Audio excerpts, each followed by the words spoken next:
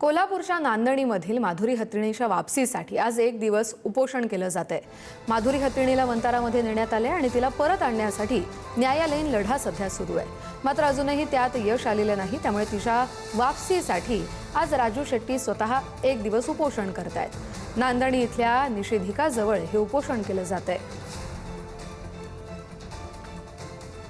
खोटे पुरावे करून, खोटी तक्रारी करून, न्याय व्यवस्थेला हाताशी धरून, अक्षरशः न्याय व्यवस्थेला सुद्धा मॅनेज करून आमच्या माधुरीला इथनं नेलं। परंतु जन आंदोलनाच्या रेट्यामुळे त्याच न्याय व्यवस्थेला पुन्हा माधुरीला परत पाठवा असा निकाल द्यावा लागला। कागद तयार करून तुम्ही माधुरीला नेलं, तशीच कागद तुम्हीच तयार करा आणि माधुरीला आमच्या परत आणून द्या। त्यामुळं माधुरीच्या घर वापसीसाठी जन आंदोलनाच्या रेट्याची पुन्हा एकदा गरज आहे असं मला वाटतं आणि त्याची सुरुवात आपल्याला 28 जुलैपासून करायची आहे।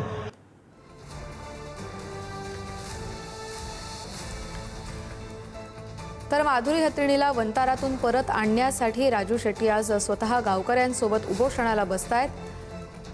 नांदणीमध्ये आज एक दिवसीय उपोषण केलं जाते, त्यांच्याबरोबर ग्रामस्थ देखील उपोषणाला बसतायत। माधुरी हत्रिणीला वंतारातून परत आणण्यासाठी हे उपोषण केलं जातंय।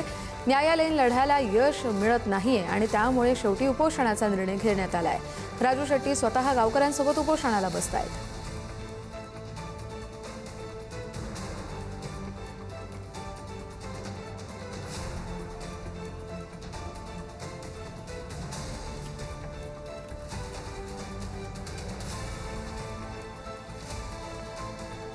कोल्हापुरातील नांदणी येथील माधुरी हत्तीला वनतरामध्ये येऊन आज 1 वर्ष पूर्ण होत आहे आणि याच निषेधार्थ आज नांदणीमध्ये एक दिवसाचा उपवास केला जातोय। माधुरी हत्ती पुन्हा नांदणीमध्ये आली गेली पाहिजे यासाठी हा उपवास केला जातोय। एक दिवसाचं लाक्षणिक उपोषण केलं जात आहे।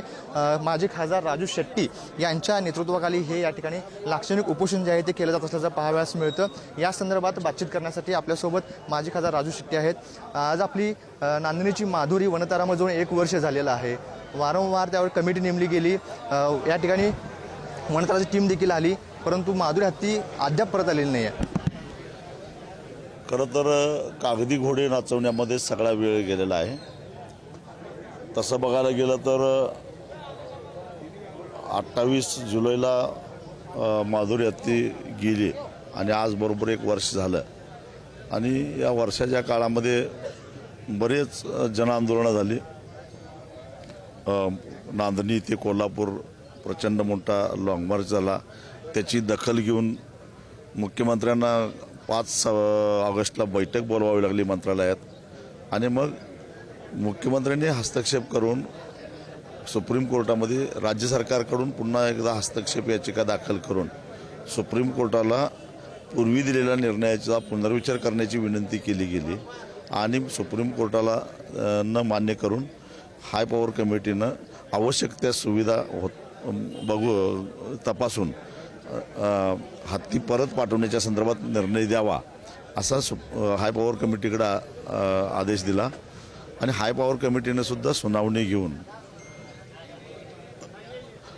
जर माधुरीची व्यवस्था योग्य पद्धतीने होत असेल तर परत द्यायला काय हरकत नाही अशा प्रकारचा अभिप्राय दिला। कारण वनतारा हे पुनर्वसन केंद्र आहे, ते काही प्राणी संग्रहालय नाही आहे आणि वनतारांना आता हाय पॉवर कमिटीला सांगितलेलं आहे की हत्तीची तब्येत खडखडीत बरी आहे आणि ती कुठल्याही क्षणी आम्ही देऊ शकतो, फक्त आदेश व्हावा आणि त्या पद्धतीनं मग वनताराच्याच तज्ज्ञांच्या मार्गदर्शनाखाली इथं नांदणी मठामध्ये सगळ्या सुविधा तयार झालेल्या आहेत।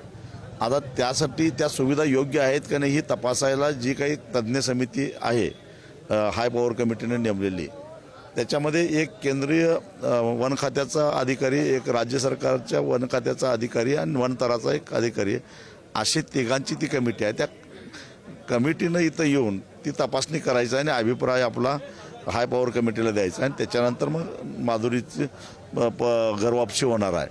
परंतु 20 दिवसाच्या आत अभिप्राय द्यावा असं सांगितलेलं असताना सुद्धा ती कमिटी इकडे फिरकलीच नाही। पुन्हा आणि 5 ऑगस्टपर्यंत त्या मुदत वाढवून दिली हाय पॉवर कमिटीनं, पण अद्यापही ती कमिटी येण्याची लक्षणं काही दिसत नाहीत आणि म्हणून हा जो कागदी घोडी नाचत ह्यांना सरकारी नोकर आहेत की त्या वनताराचा जो काही तज्ज्ञ असेल त्याला वनताराचा पगार असेल, केंद्र शासनाच्या फॉरेस्ट ऑफिसर